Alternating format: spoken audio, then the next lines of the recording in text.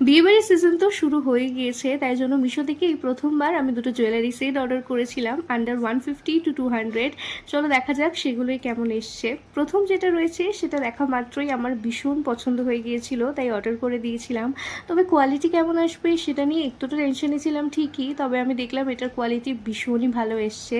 যেটার মধ্যে ছোট্ট একটা গ্রিন রঙের লোটাস রয়েছে আর নিচে পার্লের ডিটেলিং রয়েছে। সিম্পল বাট ভীষণ এলিগেন্ট দেখতে, আর ইয়ারিংটাও তো ভীষণই সুন্দর এসছে একই ধরনের। আর এটা সকাল বিকাল বিয়েবাড়ি এবং যে কোনো অনুষ্ঠানে পরার জন্য তো একদম পারফেক্ট রয়েছে।